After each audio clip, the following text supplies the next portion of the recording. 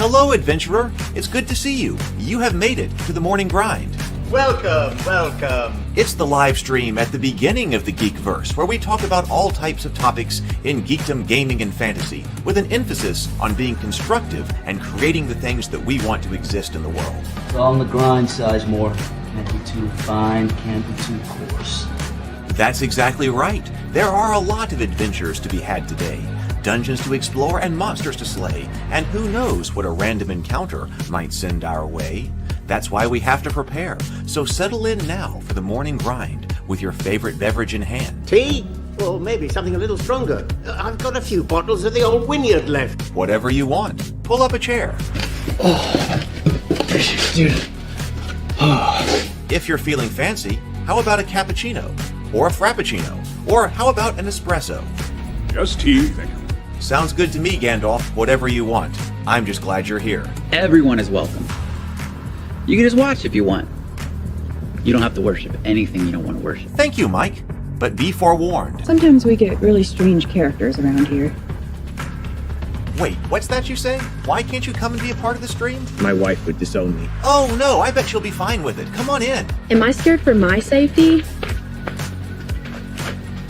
No. What are we supposed to do? Everybody do the secret handshake.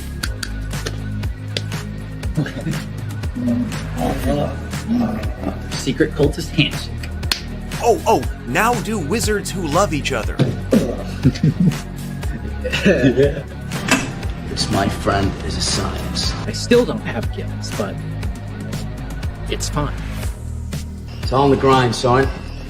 Can't be too fine, can't be too coarse. Dude, this would be a sick place to bring the band. Indeed it would be, Dave. It really would. I'm seeing more people coming in. Welcome, glad to have you here. Oh look, here's someone new. Is this the cultist meetup? Yes it is. Come to hang out? Please accept me. I have nothing else. Okay, we accept you. Everyone's welcome here. Brought some snacks.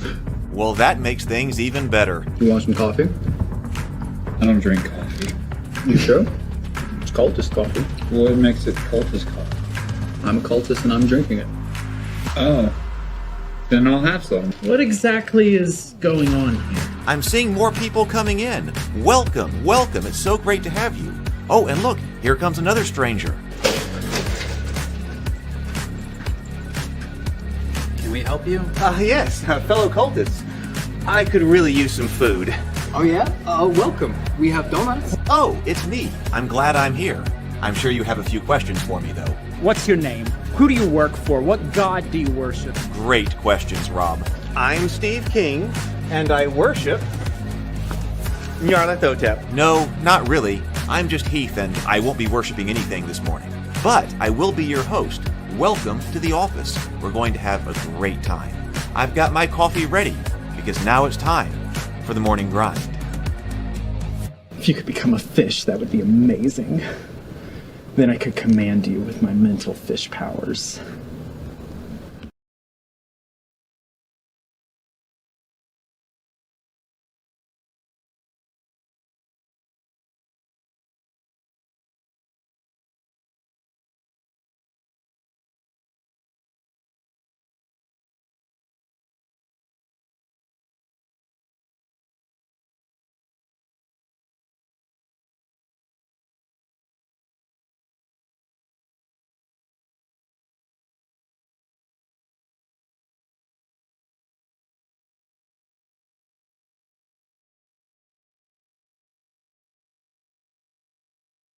Testing. Testing.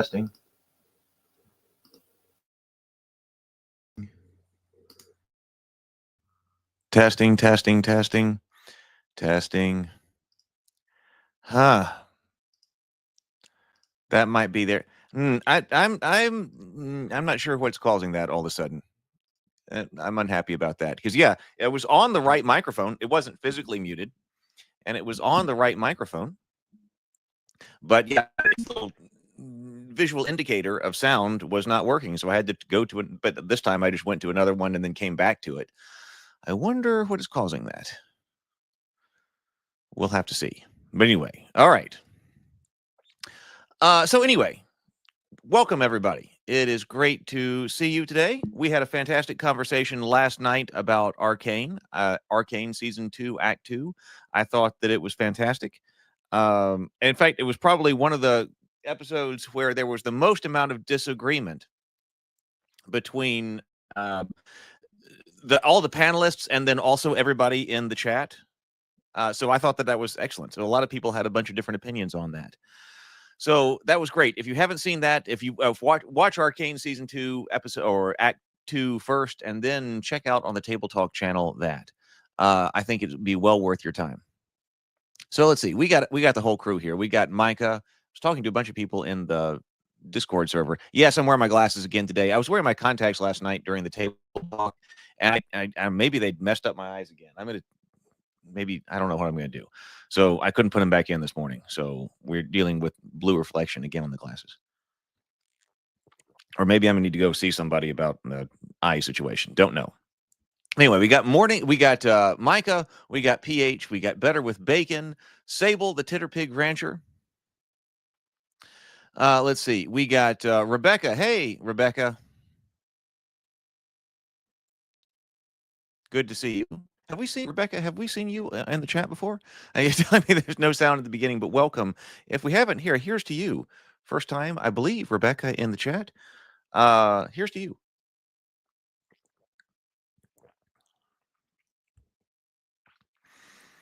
Yeah, I'm wondering if I had something. Well, I don't know if I had something turned on that took the sound away. I'm not sure. Good morning, RPG. Jen Exile. Good morning. Good morning. Yeah, it was a fantastic discussion last night's stream. It really was. It really was. A lot more people needed to see that. A lot more people needed to see that. So, you know, I got a lot of irons in the fire, and everybody here on the morning grind kind of gets to see. Everybody here on the morning grind is kind of on the cutting edge as we're doing projects and talking about projects. And sometimes it takes longer to actually launch the project than it does to actually do something. And so, you know, a lot of my attention has been on the Cultists relaunch lately. But yeah, I mean, a lot more people should be there and listen to, or I think would be interested in listening to the stream like last night. So got to do a better job getting the word out. That's all on me.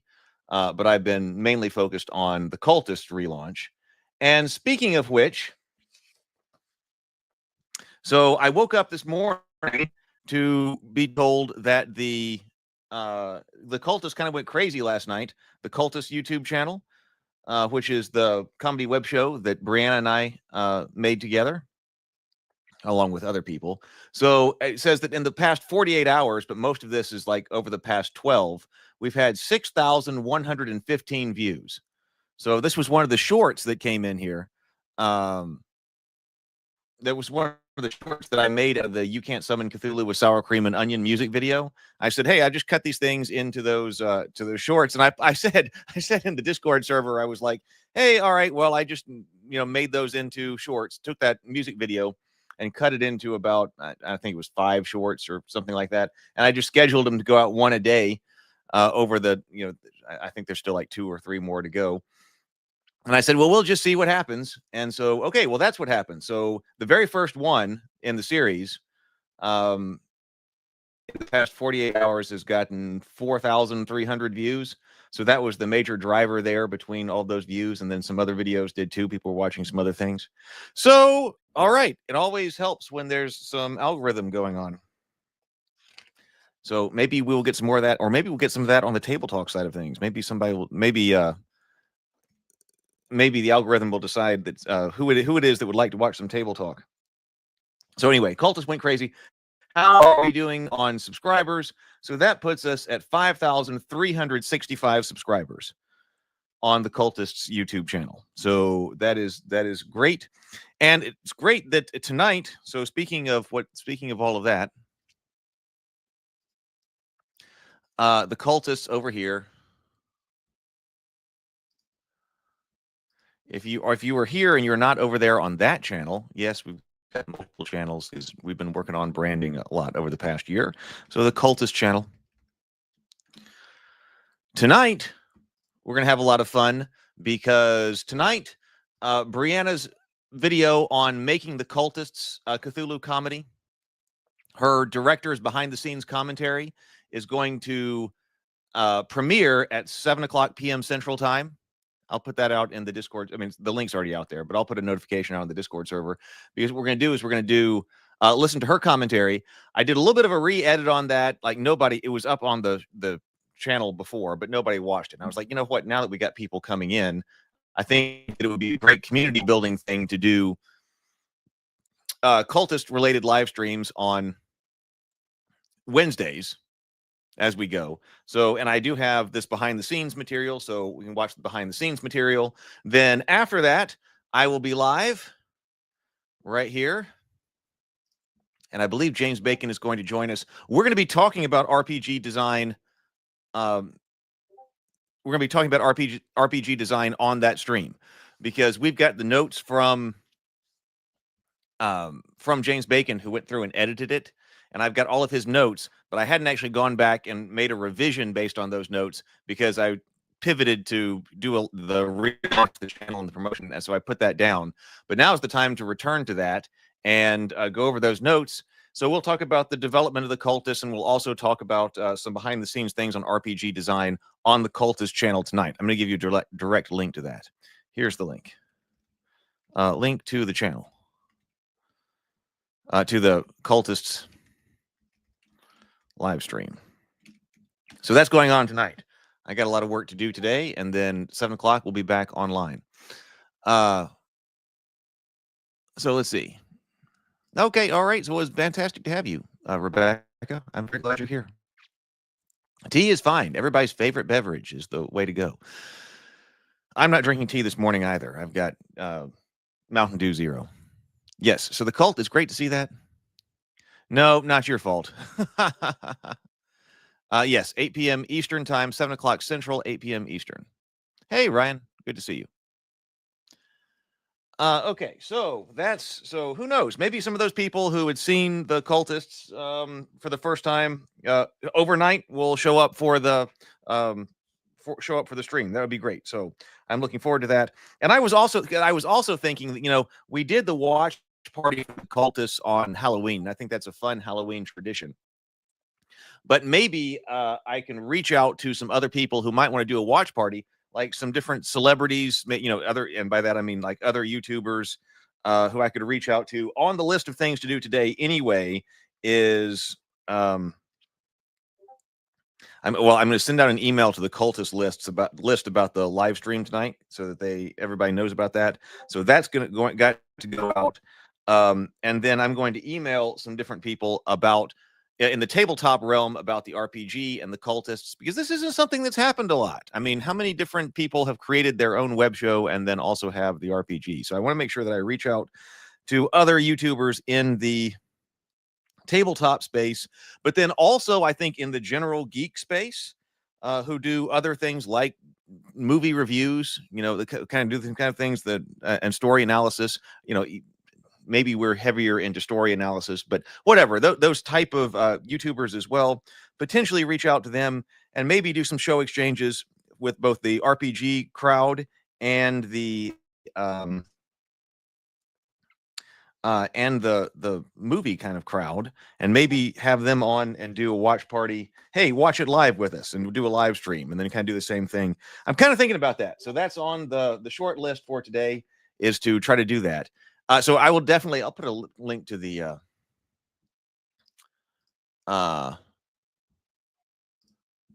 Discord server, because if I end up on somebody else's channel or something like that live, I will definitely let people know on the Discord server.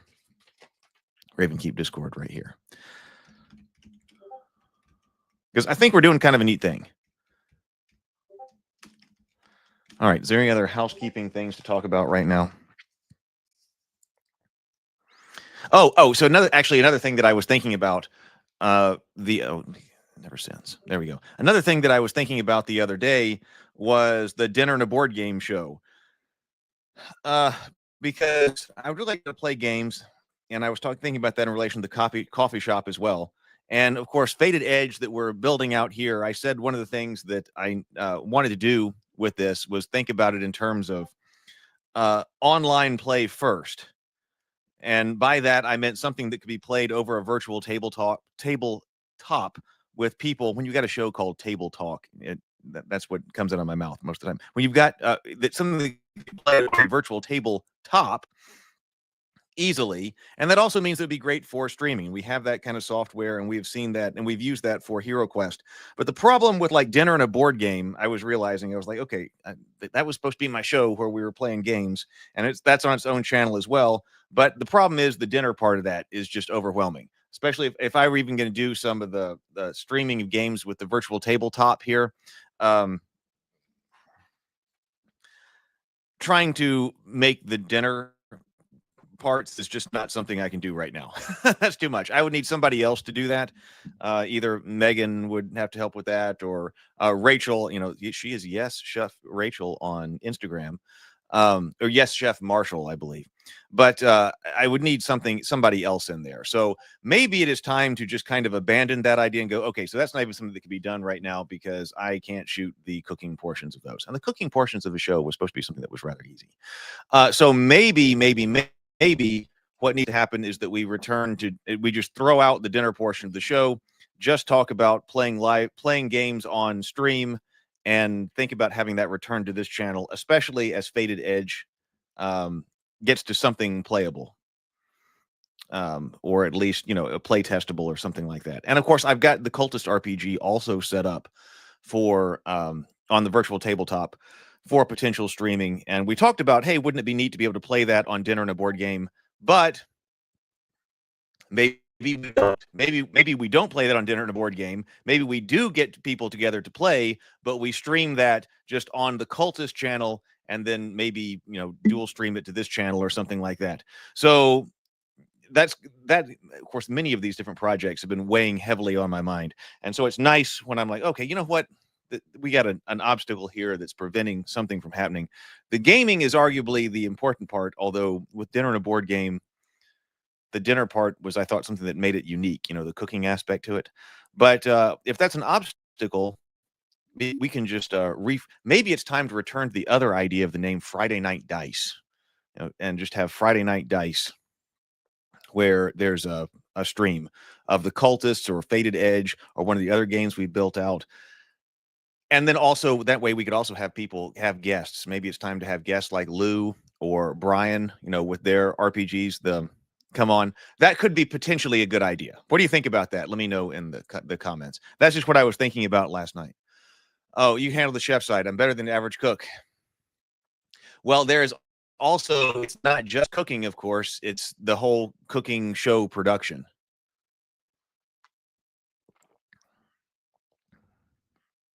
Which is the problem. I mean, if it was just cook something, I can go cook something. But, of course, I set up, and when I renovated my kitchen originally, I renovated it to be able to do the cooking part of the show. But that's just this one that's not happening. So, right. Yeah, exactly. So sometimes you just have to trim away parts of the stuff that's causing overload. I think that could be the case. So that's a log jam. The cooking part of the show is a log jam. But the other parts of stuff we might still be able to really have fun with, because it worked well. We did kind of the demo online when we played HeroQuest with Doug and Retro Nerd Girl and things like that. So right. Oh, like Friday Night Dice.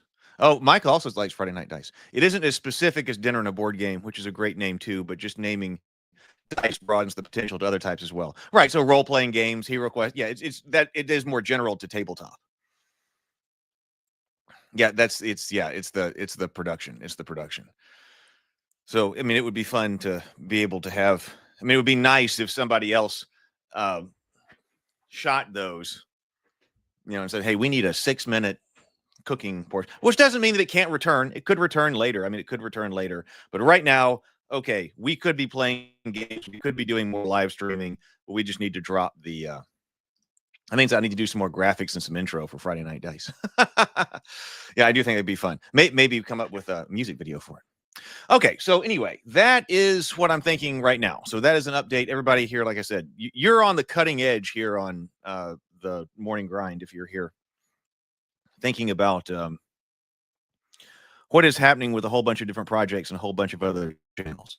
So, but I also do think with the next major step though is reaching out to other people, because I do often feel like I'm kind of an island to myself over here. And maybe that's just because I am naturally introverted, I think, although I might be an extrovert. Who knows? People tell me different things. But as far as reaching out and trying to establish, we've done that. We've had friends and things like that come on Table Talk, but it's time to reach back out to people. Like DBJ needs to get the Cultist RPG and things like that. I want to reach out to Taryn. So anyway, that's what's going on. I started, so back to our main topic today. I started just barely trying to hook up some of the dice from Faded Edge that we had talked about last time in the tabletop. I didn't get very far on that because I ended up rewatching some of Arcane last night instead of working on the dice. Which was good. I mean, which was good. But so I don't have functional dice in a tabletop, on virtual tabletop right now. But I was starting to think about that, and I thought, okay, we need to go back to. Let me find. Okay. But because I think we came to a pretty good solution to the point where we are ready to get play testing, or or potentially usable, which is fantastic because that's the first time I've thought that about this game, because I wanted to know, okay, how are we actually going to play this game? And I think we got to something that's potentially usable last time. Oh, did we breathe? No, we did not. We did not. Okay, no, we did not. I typically do that after all of the morning announcements and stuff before we get into our main topic. So this is the perfect time to do that. So I've got Mountain Dew Zero this morning. But hey, it's only appropriate since the Cultist was going crazy last night that I've got the Cultist coffee mug. So Cultist coffee mug right here. Let's breathe and sip. So 2 deep breaths, deep inhales, then complete exhales, and then take a sip of your favorite beverage this morning, no matter what it is. Let's go. Let's breathe.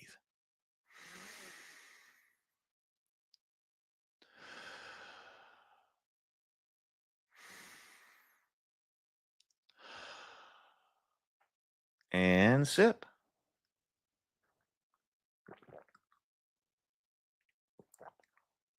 Ah, there we go. There we go.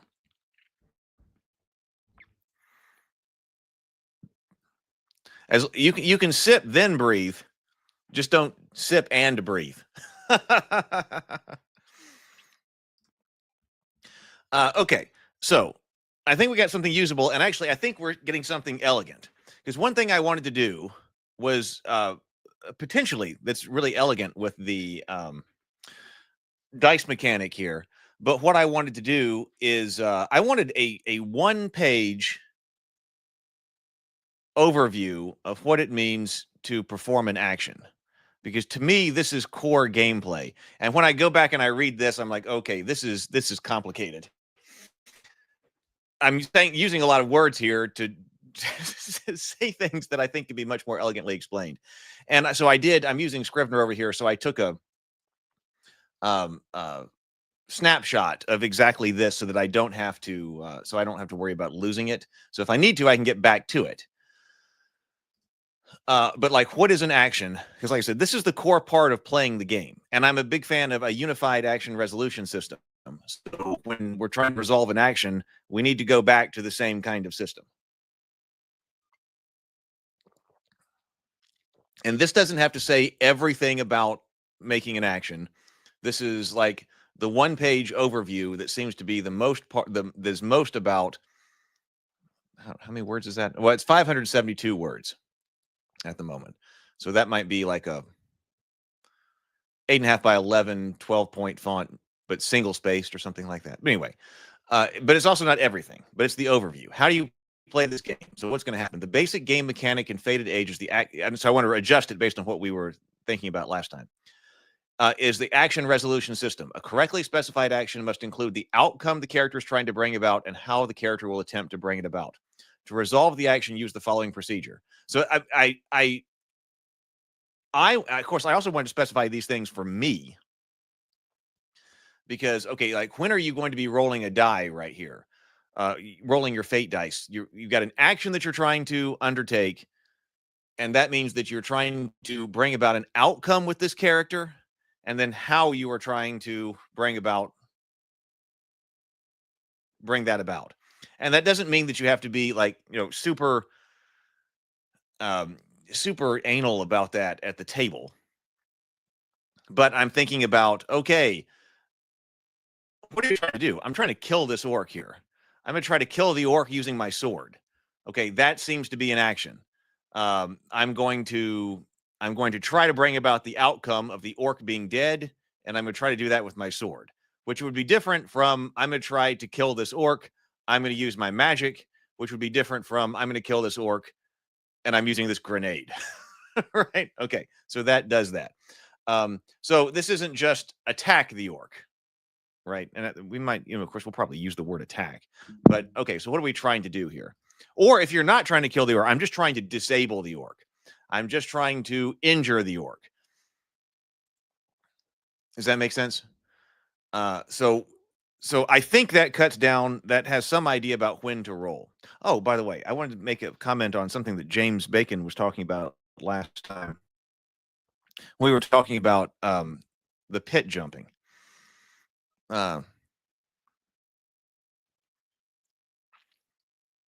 Okay, we'll talk about that in a moment, PH. I just went to look because we want to talk about advantage and disadvantage, or advantageous and disadvantageous situations.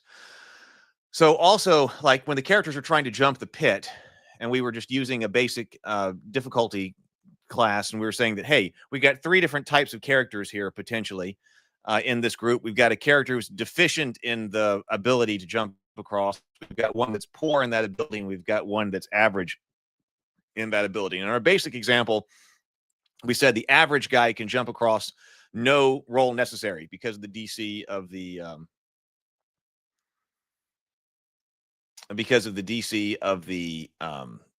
pit jump. The poor guy had a possibility of doing it, and the deficient guy could not do it at all. To me, also that you're building into the game when the dice are telling you when not to roll, instead of making that something that the game master is having to adjudicate on an ad hoc basis. But also, I think that's generating situations where the character's actions matter, which is another part of this. So, okay, we come across the pit. Instead of, everybody's got some kind of modifier to jumping the pit, everybody try to jump the pit, and you may lose some hit points if you fall in the pit or something. Now you come across this pit, and okay, one guy can get across it just fine, but we got one guy who just can't.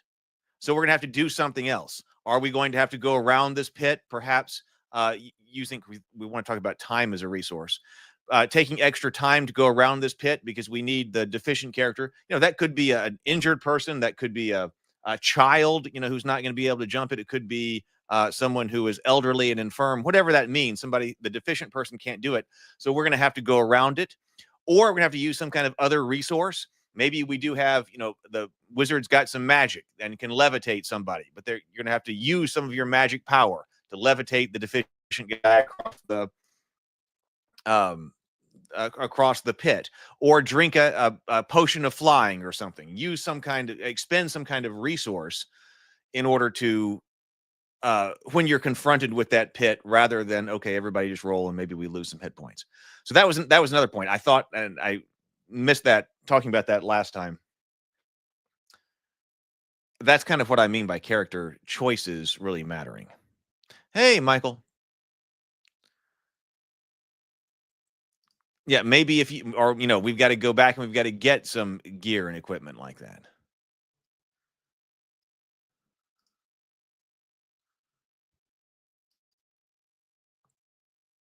Okay.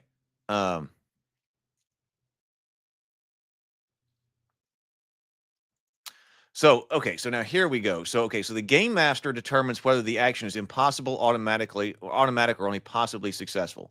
If there's only possibly successful, the player must make a check to determine the success or failure of the action. Now here, I think this could be expanded on in something that's not just the summary, because we probably do want to talk about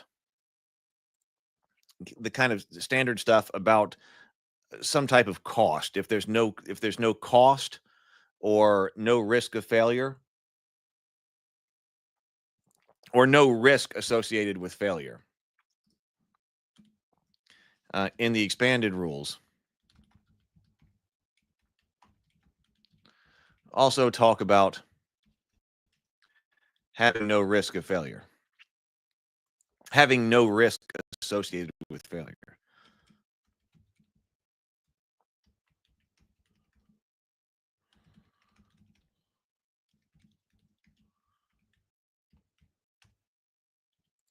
I think.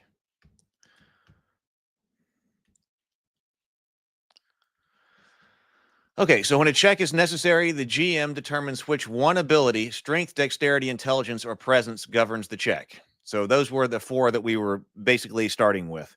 And the idea was that these need to be, that your abilities need to be ways that you can possibly change the world. So I was trying to come up with what ability should we use? What is an ability anyway? And so I want the abilities to mean something. And so the abilities are ways that you change the world. And actually, I think these are pretty much the ways that somebody does it. How can you change the world? You can bring, and by change the world, I guess I'm talking about bringing about an outcome. I'm going to bring about a new outcome with strength, dexterity, intelligence, or presence. So strength, I'm going to, raw power, I'm going to try to bring about some type of outcome. This has to do with body use right here, your dexterity. I'm going to bring about some kind of change in the world based on my intelligence. Or this one right here is kind of our social one. So it's kind of like charisma. I'm going to try to bring about some kind of change in the world through some type of social interaction. And in some game worlds, you might have more abilities. Like if you're playing in Star Wars, then the Force is an ability. Because what's another, like Luke Skywalker happens to have another way he can change the world or try to bring about outcomes in the world through the use of the Force. In Harry Potter, we probably would have magic as an ability. That there is that they have another way to potentially bring about change in the world, and that would be through magic. So I'm going to put in the general core rules that particular world building instantiations, you may have other ways that somebody can influence the world. But I think those are pretty basic ways. So here's where things start to change.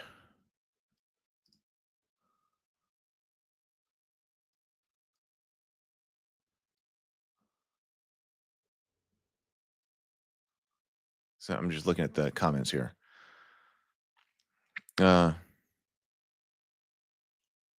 No, your degree of success, that's another one. Yeah. We got to talk about that too. So, okay. So here, okay,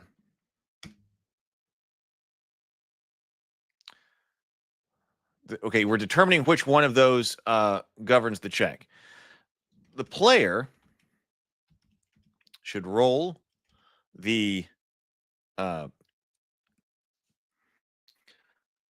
edge die that is of the appropriate color,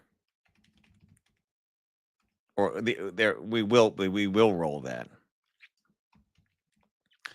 of the appropriate color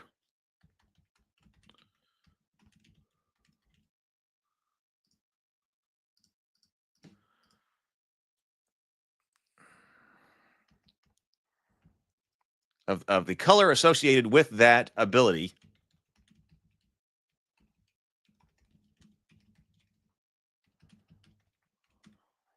as shown on the character sheet.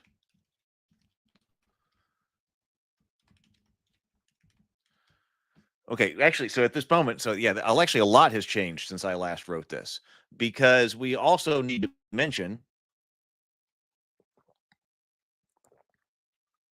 who knows, maybe it's actually a better idea to write it out in full and then maybe have ChatGPT condense it to one page. Sounds like something it would be good at. But right here, so we're deciding that if it's impossible, automatic, or only possibly successful. But we happen to know, so another note here, so we might just be taking notes here. Another note.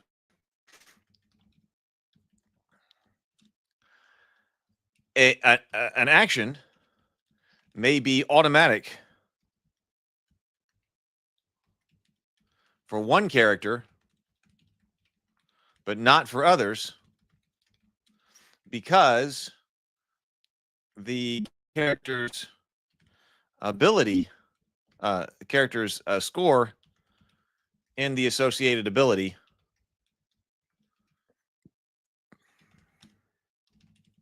I mean, we're introducing some other terms here. This is going to be a lot more change here. Could have a floor.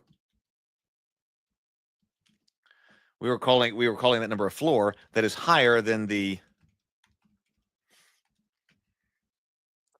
DC. So we're introducing the word DC, but I haven't done that. The difficulty class. This is just a note. Difficulty class of the action. So we got things that are impossible, things that are automatic, and then things that are possible, even though is only possibly successful. But even things that might possibly be successful may still be automatic for some characters. So we got to say that.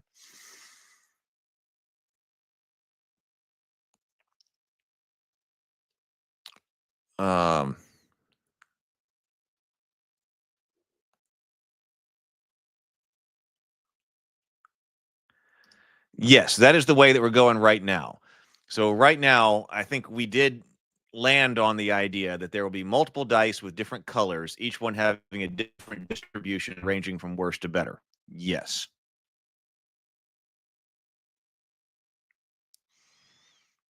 I have one of the gravel-filled golf ball D100s someplace.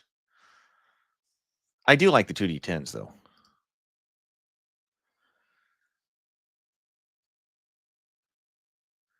Okay, so now here we said if a character has a skill that is applicable to the action being undertaken, add the skill's proficiency bonus to the ability score. At a maximum of one skill may be used per check.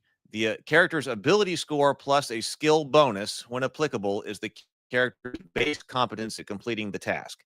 This is when I think we start to get complicated with the language and so forth. But here, okay, so yes, like we were saying,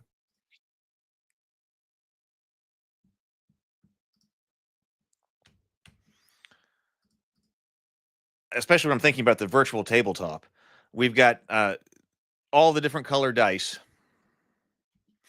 Yes, different colored dice arranged at the top.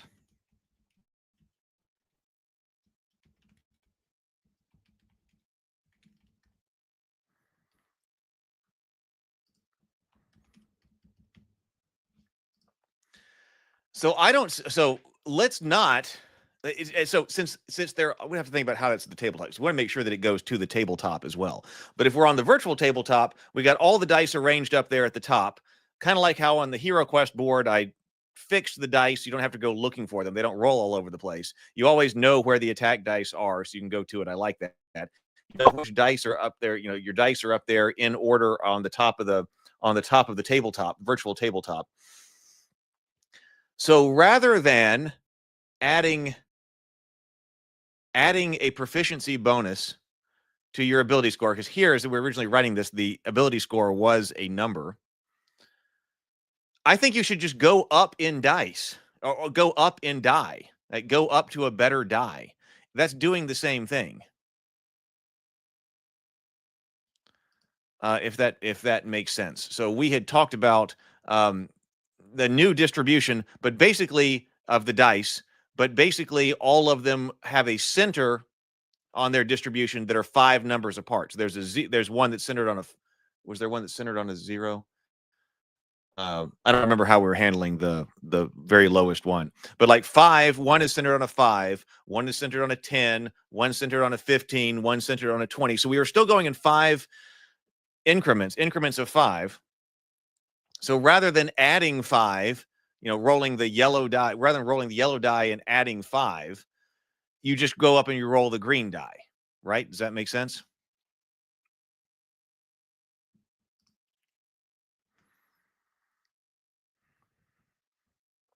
So if a character has a skill that is applicable to the action being undertaken, then what we do is increase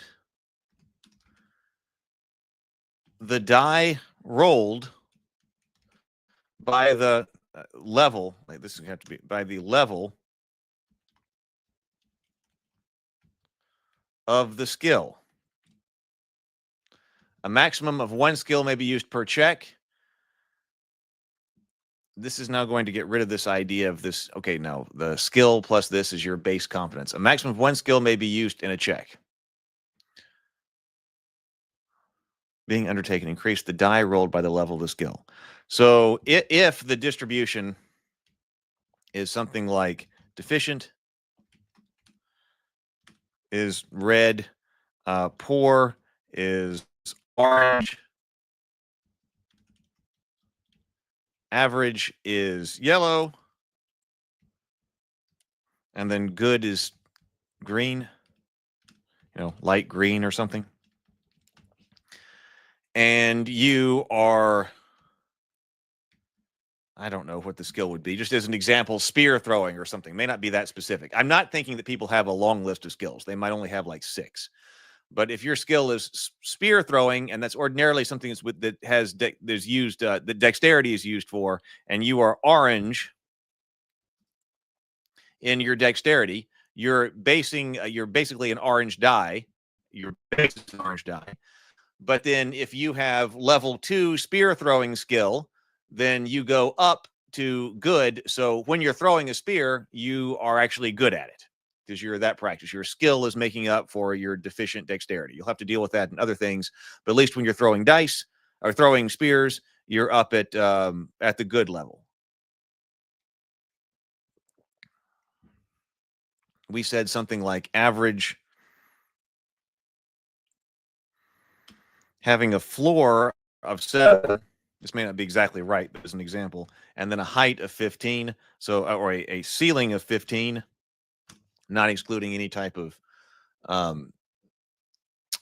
explosion, but also I think we can use some type of notation, something like this, that would tell you, hey, look, if you're average, you've got a floor of 7, a ceiling of 15 pre-explosion, and that your distribution is centered on 10. So over here, this would make this 15, this would make this 20, and then your would be, what is that, 3 lower?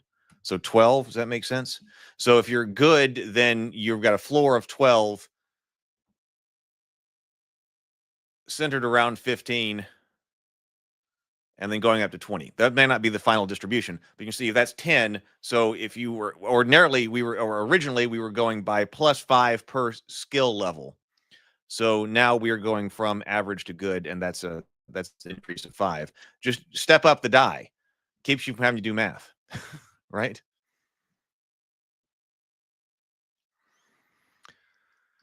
PH says, I like to use abilities as a base to limit, and the skill is how well you're able to use your potential in a particular way. The abilities as a base and a limit. Was that? So I think you're talking about what I was just calling the floor and the ceiling. And then your skills are how we can use your potential in a particular way. So, well, okay, we'll get to that in a moment. But okay, then increase the die rolled by the skill. So that's what we would be doing. That's elegant, like I said, especially on a virtual tabletop. If they're all sitting there, why now roll that? Now add this. No, just go up to the next die, and you're fine. And also, skills are not tied to a particular ability. A skill can be used with any ability that is relevant. I liked that part of 5th edition that never really got developed very well. It's in just like a sidebar or something like that. But yeah, that's fine. I mean, GURPS sometimes does that too. GURPS has that in it too. So if you are a warrior,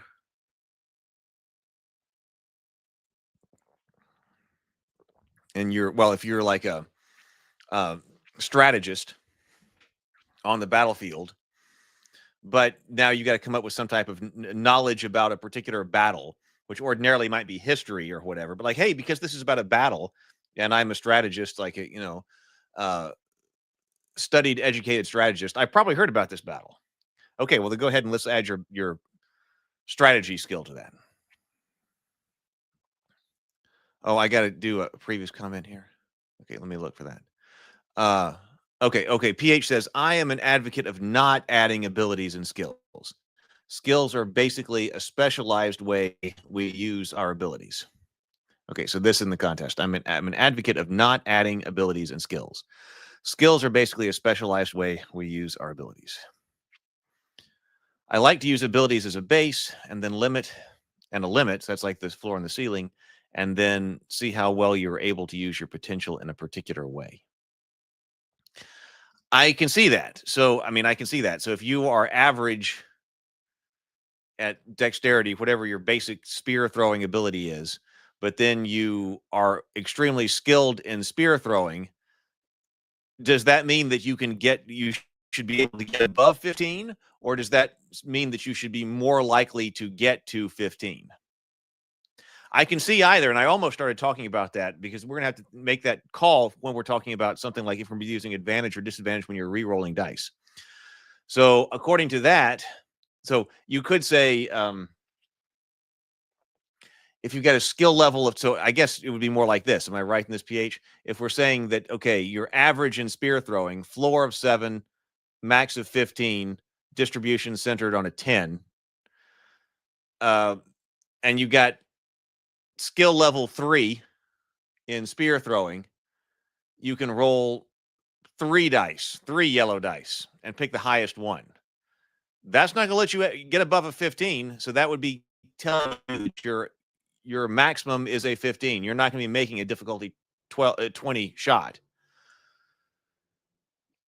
But you are much more likely to perform at a higher level. You're more likely to perform at your ceiling. Does that make sense?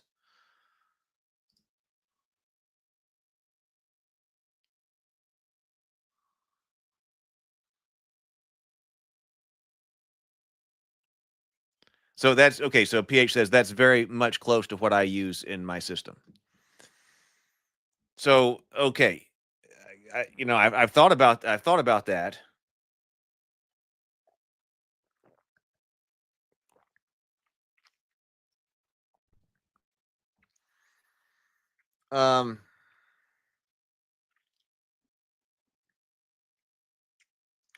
I was unsure about that. If we were talking about, let's talk about disadvantage. Skip ahead and talk about disadvantage for just a moment. If you're in a situation where you are at a disadvantage, so poor. So for poor, this would be something like 2 as a floor, 5 distribution centered, max of 10, something like that.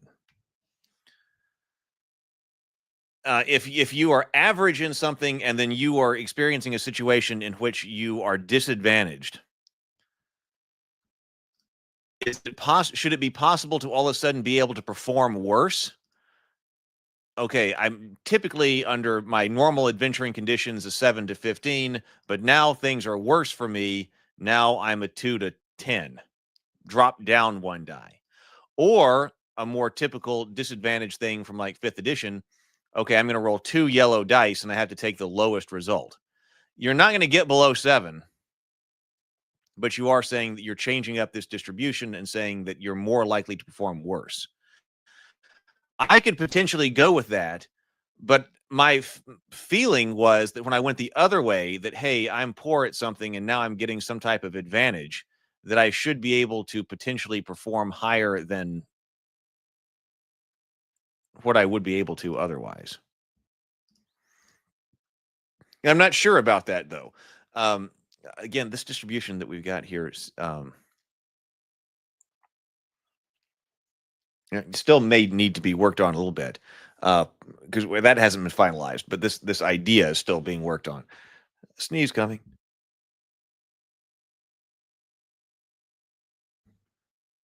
Okay. That may end up having to be some things that are played and seeing what the feel is like here.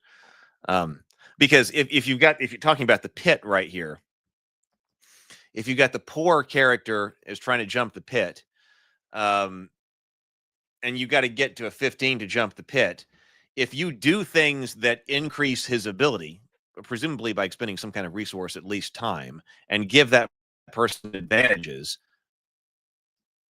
do you want them to be able to get across the pit? That's the players making choices. Okay, we're going to have to do something to help get this person across the pit. That's now going to bring them up to average. That could be putting a springboard or something in front of the pit. Okay, that way you jump on the springboard and then across the pit. Major advantage. Now you can roll at average. Seems like you should be able to get a better result when you do that than you would have otherwise on your own.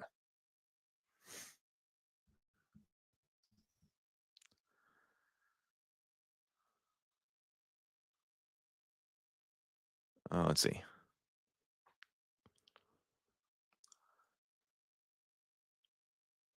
Keep highest. Okay, so but okay, so that's it. At the moment, I was thinking slide up the die. So when you are skilled, you're going to be sliding up. That was the initial idea. But here let's put a note in here. With all die adjustments, this is just a note.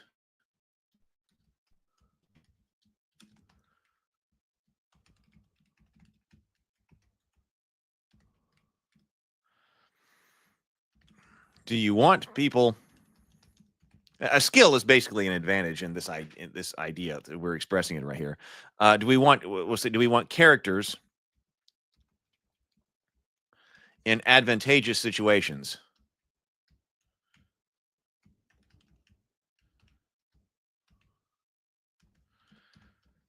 To be able to perform better than their max, than their standard max?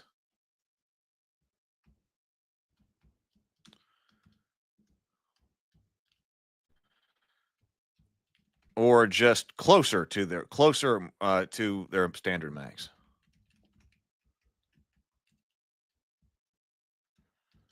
That will definitely influence the kind of dice rolls that we are doing.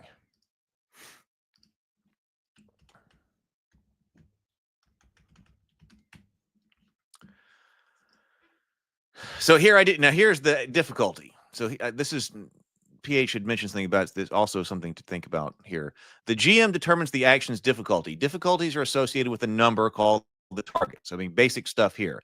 The player must obtain on the check for the action to be successful. Static objects, such as a pit to be jumped or a wall to be climbed, will have a set target depending on how great an obstacle is intended to present.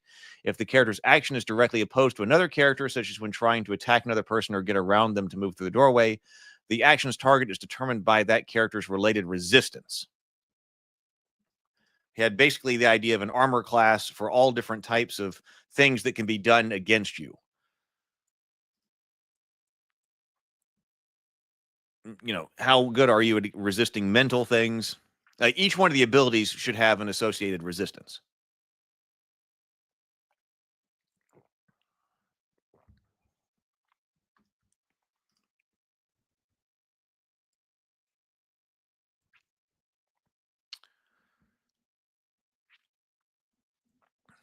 Bacon says, am I understanding this correctly? The GM will create the difficulty, and then that's compared to the skill of the character, who then selects the appropriate die to roll against the target number.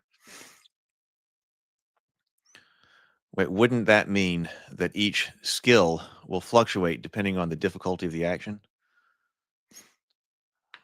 I don't think so. I don't think so.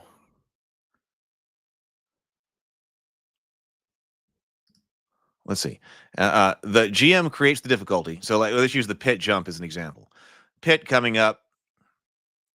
Pit's difficulty 10. The GM determines this is the jump. So the player says, player, I want to jump the pit, and that seems to conform to basically the expressing an action as I'm saying. That's the player saying the result I want, the outcome I'm trying to get is for my character to be on the other side of this pit, and I'm going to do it by jumping. That's an action. GM, jumping is dexterity.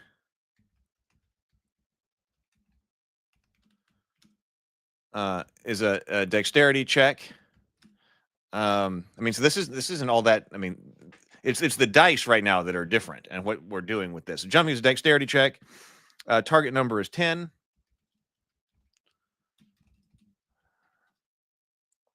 Player, my dex is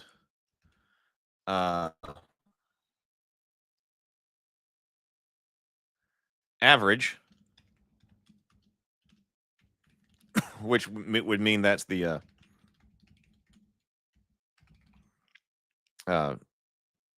yellow die. But I have acrobatics as a skill. May I apply that? GM, yep. Acrobatics applies here.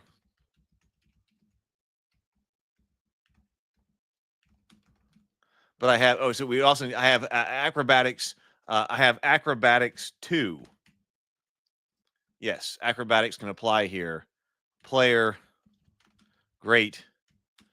Rolls, that which is what we were just talking about. The next is good. Well, maybe the next one's very good. I have a list of modifiers. The next one's very good for green, which is something like 17 to 20 to 25. Not 35, 25.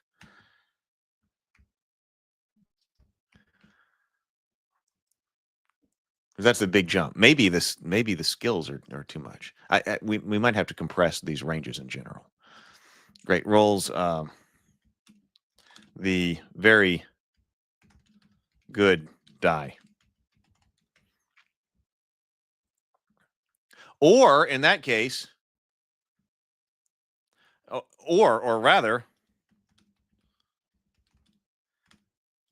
player says, okay, great. Then my floor for the jump is 17 greater than a 10. So I jump across.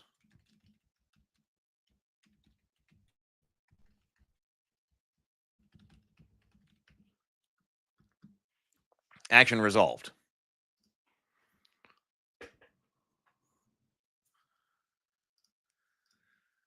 PH says, I imagine a person not being able to jump a pit. If he gets a rope, that's an advantage.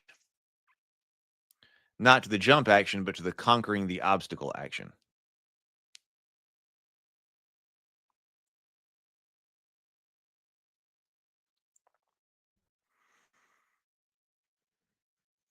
Well, I think, yes. Okay, so the action is where I'm trying to get across this obstacle. Now I'm not going to jump it. I'm going to swing across it. So now we might have to throw the rope across and lasso it. So you just, yeah. So in this case, we're saying we can't jump across. We might have to think of something else in order to get you across. If we've got a rope, we might be able to tie it up and then swing people across. Right. You're moving to a different kind of action because this action isn't work. Did I get that, Bacon? Like my jump will not always be a green die at 15. If I encounter a jump that's a DC 15. No, the die you're rolling is determined by your attributes. So if you're a green die in dexterity, every time you make a dexterity check, you're going to be rolling green.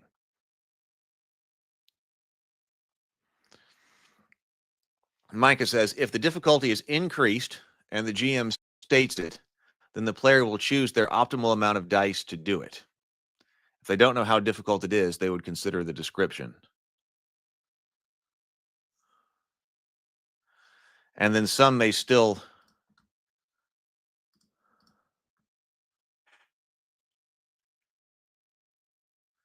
If the difficulty is increased and the GM states it, then the player will choose their optimal amount of dice to do it. If they don't know how difficult it is, then they would consider the description. And then some may still use as many as able, but unless they are limited, they will always try that. I'm not sure. I think there might be a misunderstanding there.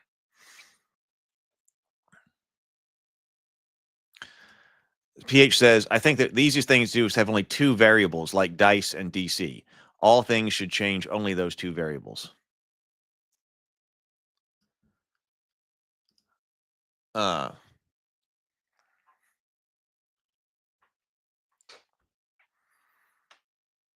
mean, you know, this right here,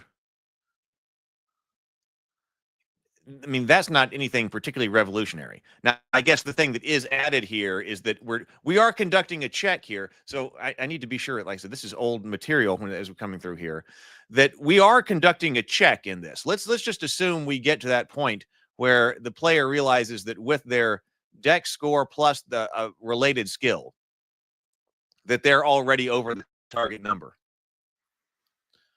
So a check did take place here. It's just that no dice were rolled. So, like from what actually happened game mechanically, did this player make a check to get across the? So let's say that actually we didn't end up rolling the die, or player option 1, or potential result 1. Great, I will roll these, but actually, as an example, we get to a point where they did not have to roll. But even though the player may not roll the dice, or the die, it's just one now, a check is still made. Like from the rules perspective, yes, this interaction right here was a check. It was just determined that, hey, you got over it.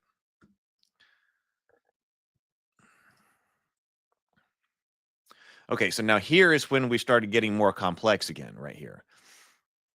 The game master determines if the action is being undertaken under pressure or not. Now I think it would be great if we could eliminate this. The game master determines if the action is being taken under pressure or not. If not, add 5 to the character's base competence. This number is the character's normal expected competence. This is very old school. If under pressure, the player will not automatically receive the additional 5. Instead, he or she may roll edge dice. So the edge dice are different now. We are not doing that. What's the critical part right here?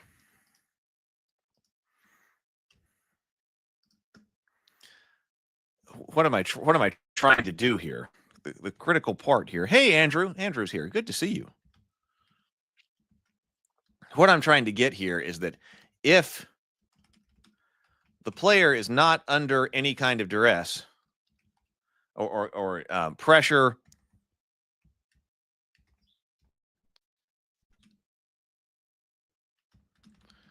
then the player can just take their ceiling.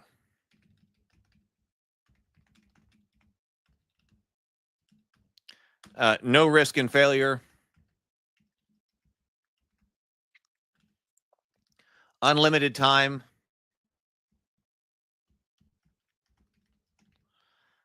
Unlimited resources. Ability to try again.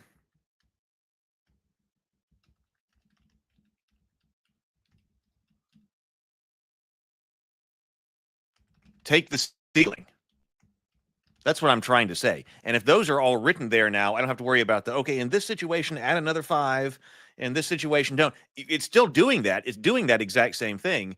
But I'm telling you that, hey, here, we're ignoring explosions for this purpose. But if I'm average, I'm centered around a 10. So in adventuring conditions, when, oh my God, there is some risk that I'm dealing with.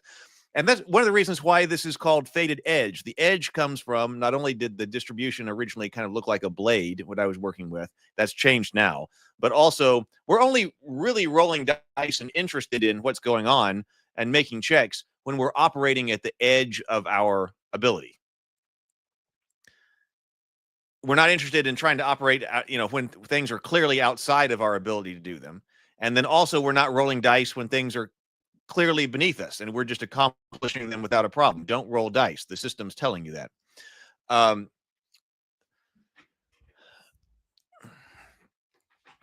But if you've got all that, hey, yeah, if you're average, you can get to a 15. And when is a good time that you might be able to operate at a 15 if you're average? When you are completely, able to focus on your task, you have no pressure, no consequences, you could get up to a 15. So that's what I was trying to say here.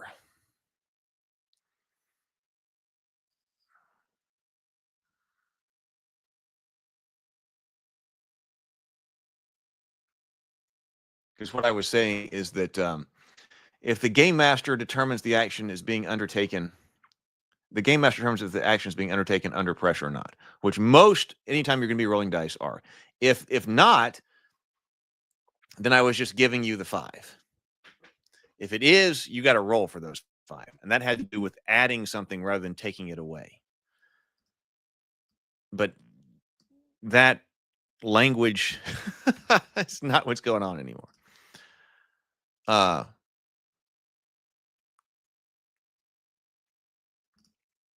Right. Yeah. Getting past the obstacle and avoiding check through role play is optimal in almost every tabletop RPG and should be in Fated Edge.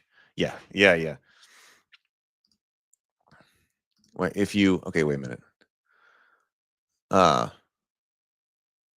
So PH says, with the rope example, I meant maybe you cannot go beyond your skill or bonus limits, but you can always get a better result than your limits if you try to solve things in game. Right. Yeah. And that has to do with the character's choice again. Right.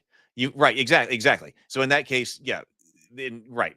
The action could be, I'm gonna try to get my character's body to the other side of this pit by jumping. Oh man, I can't jump this. One thing is, then what do you do? Okay. Could be, I've got to get my body to the other side of the pit using a different method. Combination of the outcome you want, an action is the outcome you want, and how you're going to bring it about. So I'm going to get my body to the other side by swinging across on a rope is different. That's a different action.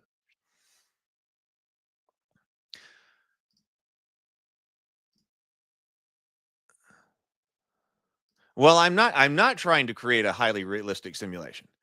That really isn't the goal. BGD says, as you craft these rules, I think it's important to consider that creating a highly realistic simulation can rob the role-playing system of the drama that it can provide.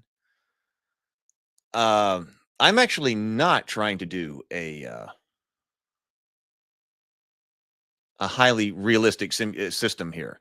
I would have 20 years ago.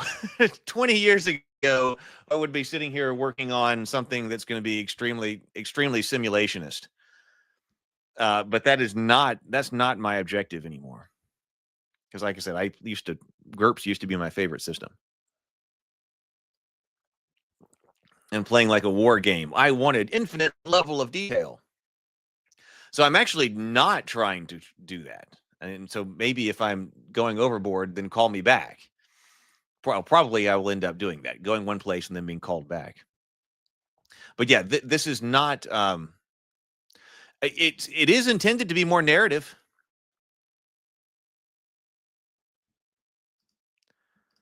So we will see how that goes. Now, okay, so now here, now you're talking about two things. I've got a few. Let's talk about this, and then I will go because I've got other things to do today. And then we got another stream tonight. We got more streams tonight. Or we're talking about RPG stuff, but the Cultist RPG on the Cultist channel. So there's more RPG design to talk about today. People are saying that there are two things.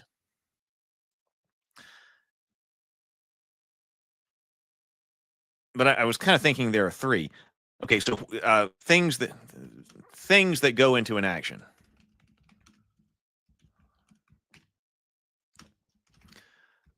The ability or the relevant ability score.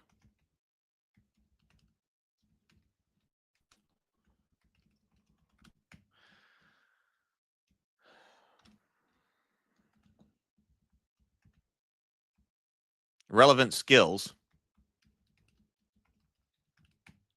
or skill. Now, you can't use more than one skill. Relevant skill, the DC of the, and this is basically up to the player. And I do not want this to be like GURPS where you got 80 skills, but really that's up to the player to say, hey, I got this skill. It's not up to the game master to remind people about. The game master just has to say what ability score it is. And the player can say, hey, wait a minute, I do have, acrobatics. I don't know if acrobatics can be a skill, but I have acrobatics. Can I use that? That's up to the player. The DC of the obstacle would be a good word. Okay, so now the question becomes situations that make this more or less difficult.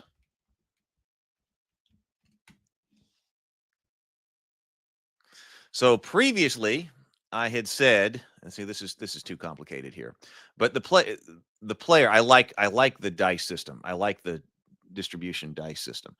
The player and the game masters determine if there are any situations, conditions, circumstances, or traits that make this attempt at the action easier or harder. When not under pressure, positive and negative circumstances provide 2 or -2 respectively.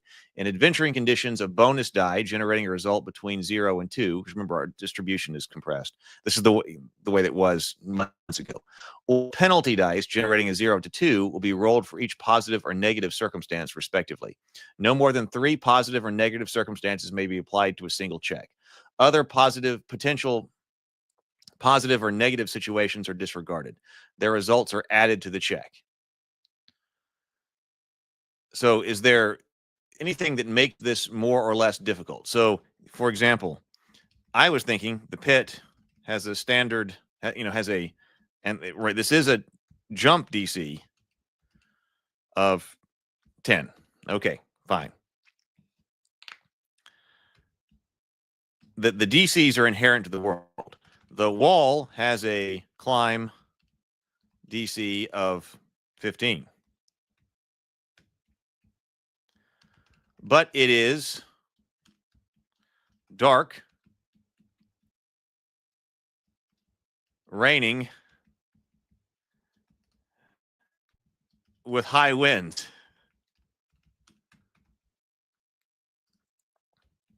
Or then later when you come back, someone cast grease.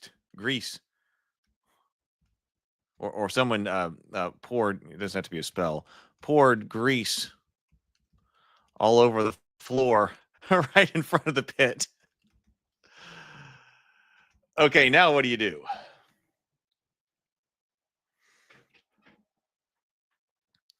I was handling that through, I was saying that, hey, a situation that modifies this is going to be handled through dice. Originally, I was saying, hey, we're going to,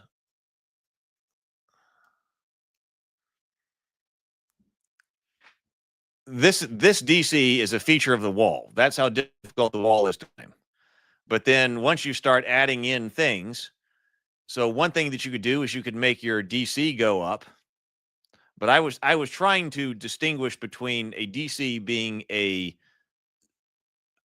something that is inherent to the world, potentially modify, or an object, an obstacle, modified by potential things, rather than having other things influence the DC.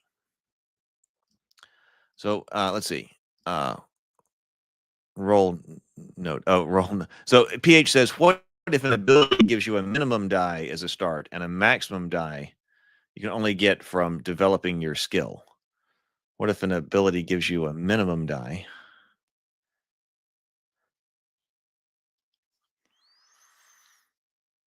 Well, you could. Okay, I think I see where you're going there. That well, I mean, it kind of does. When an ability gives you a minimum die as a start and a maximum die that you can only get to if you have a skill developed in that. The way I have it right now, skill can potentially be very high.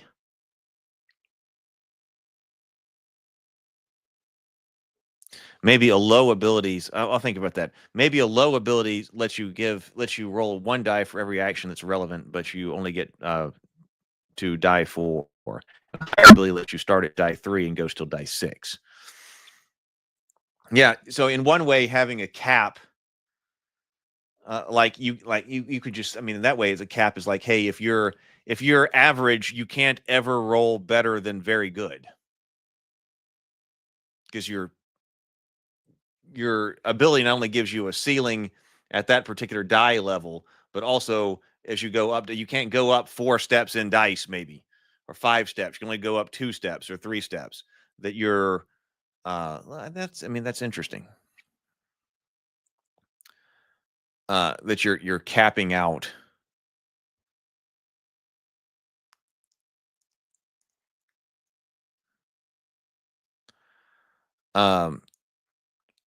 Yeah. So where were we? Anyway, so I was trying to decide what to do with this. So let's see. That sounds like what PH is talking about. Sounds kind of like the roll and keep system that Alderac uses for L5R and the 7th C.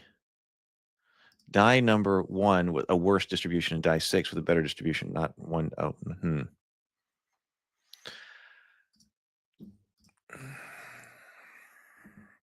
I feel like throwing in a bunch of dice here is, at the moment now, is losing some of the elegance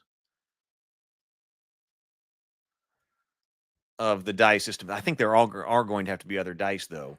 I was also trying to not have, this goes back to the not simulationist part of this. The reason that I had said something about 3 positive or 3 circumstances, my idea was to keep players and game masters from trying to like go through the rule book and figuring out all of the potential bonuses or whatever to this particular roll. All of these need to be adjudicated, I think, quickly.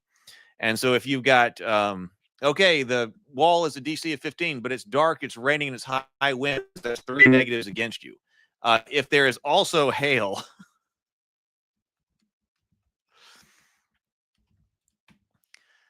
don't worry about it. Like, at some point you're just like, okay, so if you can think of 3 things, and likewise, the players don't have to sit there and like, hey, can I think of a 5th or a 6th thing or a 7th thing that could possibly make this better? No. Make your call and then keep going.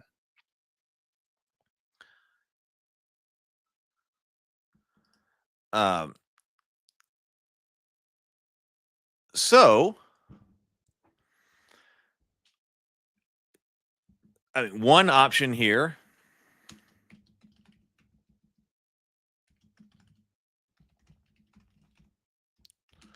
slide,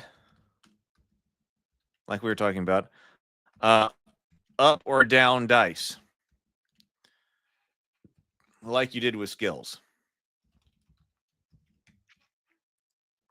Hey, if I've got 2 things that are against me, slide down. If I'm average and I got 2 things against me, all of a sudden now I'm rolling the deficient die. That's kind of elegant. All we're doing is counting up and going up and down this thing here at the top. Another thing that you could do is do something like rolling with disadvantage. So here's where, okay, if let's say that it's dark, raining, and high winds, also hail. Let's make it a climb DC of 15. And okay, this is a dex check.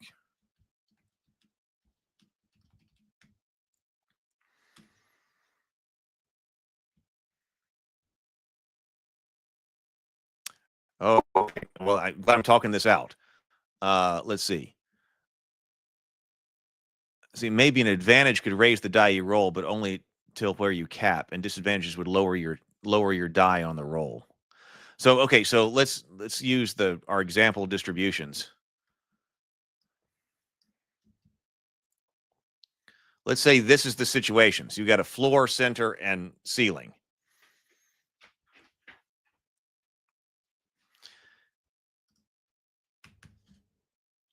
Ordinarily, the character would be able to climb that wall. I'm going to climb that wall. Okay, it's DC 10. Don't worry. I've got average dex, so this is not a very difficult wall. I can go up that wall easily. My floor is 7. I'm centered around a 10. So this wall I can climb. Great. Now what happens when you come back and you need to climb this wall and it is dark, raining, high winds, and also hail?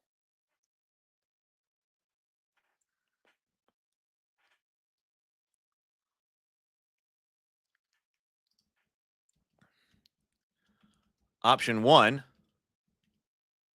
would be slide down a die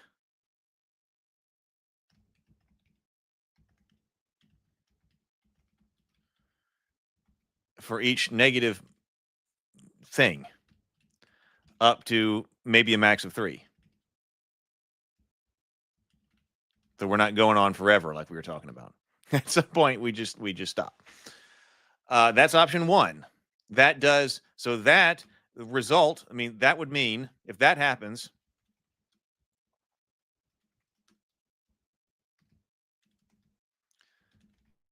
the floor, the ceiling, and the center of the distribution changes.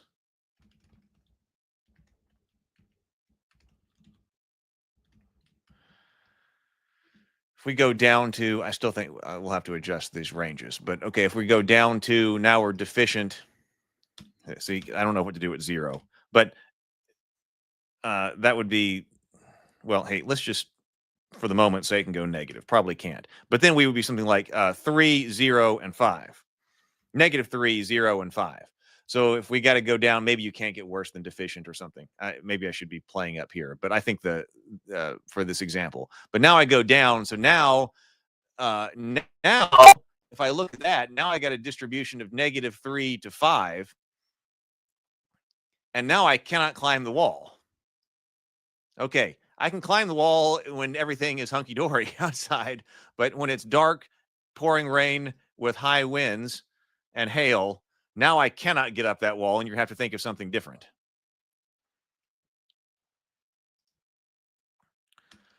Which means the DC may be outside,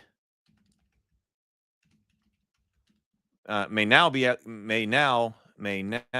outside of your ability to do. How do you feel about that? Another option, option 2, be roll the average die. In this case, if we said your average, roll the average die 3 times. This is like multiple disadvantage.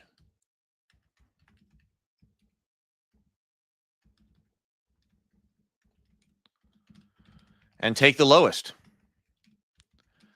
This means your floor does not change.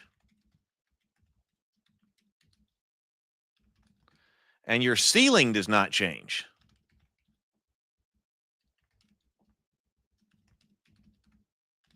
But the distribution between those two does.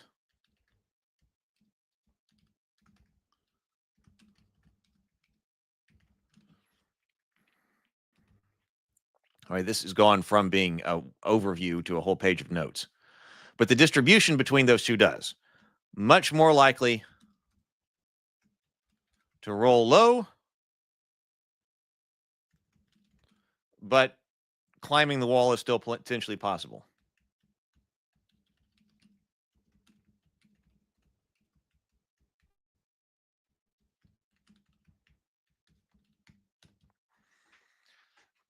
Which one do you think? Which one do you think sounds better?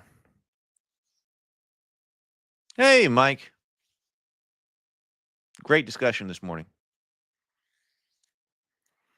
Out of reach forces players to be creative and immerse themselves into the world to solve the problem. It increases immersion.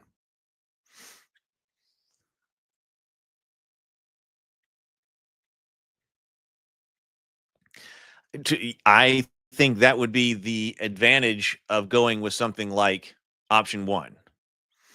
Oops, it's dark, raining with high winds. You now cannot climb it. You've got to come up with something else. Whereas this one is like, well, if you want to make the roll, you can make the roll. You're going to be rolling at 3 disadvantage.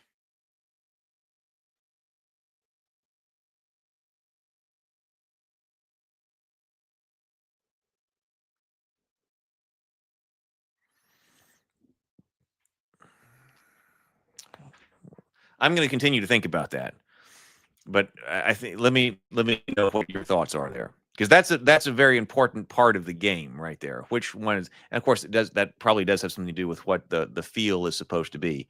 What do I want the player to do and to have at that particular situation? This feels like you're trying to create a GM emulator, an RPG in one.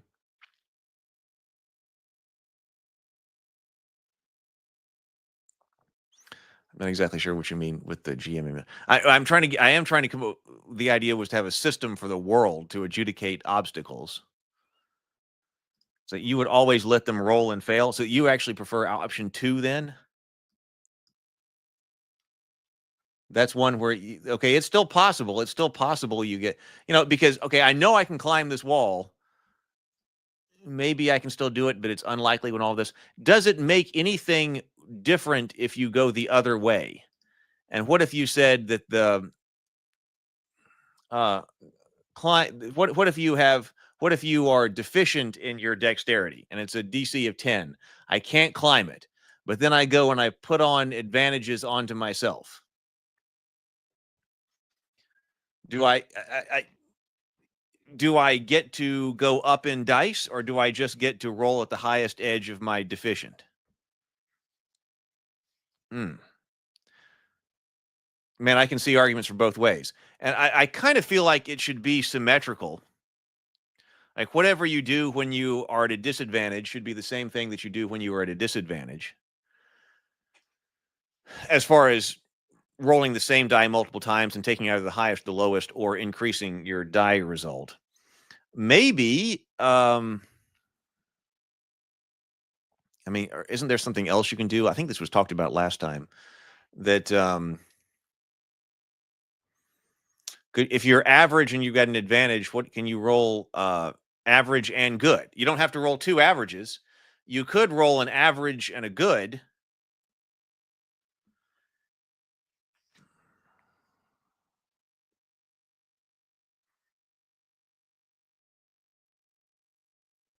And take the lowest.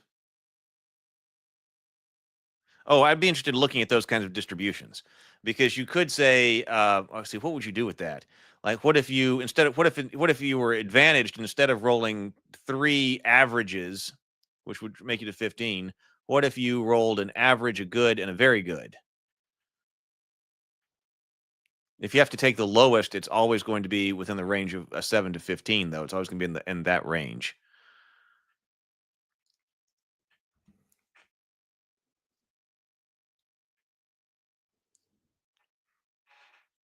What about taking the highest? What if you took the highest when you did that? Oh, is there some way to play with that to roll? Okay, I'm going to roll. I'm rolling at a disadvantage. Okay, I'm average, but I'm also going to roll a poor. Instead of rolling average twice and taking the lowest, I'm going to roll average and poor. That sounds like something that we should simulate. That sounds like something that should be simulated. Micah says 3 disadvantages encourages finding advantages, but having a slim possibility and the feeling of trying instead of being told no. They can try and fail, but thinking tactically can omit or bypass the roll or reduce the difficulty. Yeah, this game already does tell you flat no sometimes. It also tells you flat yes sometimes. It's built in so that sometimes you receive the flat yes answer. Yes, I can do that. No need to roll. That's built in. The corollary to that is sometimes it's going to tell you flat no.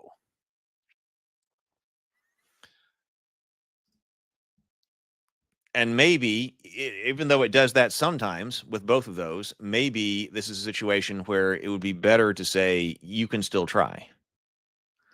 That's literally why I use stacking advantages and disadvantages in my own system. People like outsmarting and getting to bypass a check sometimes, but not always. Though they always like earning a bonus of some kind to make it easier for them.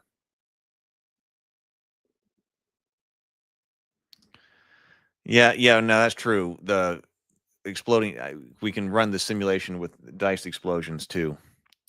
It should be highly unlikely that players succeed. That encourages another solution. Exploding dice also plays a part on the gamey side of it.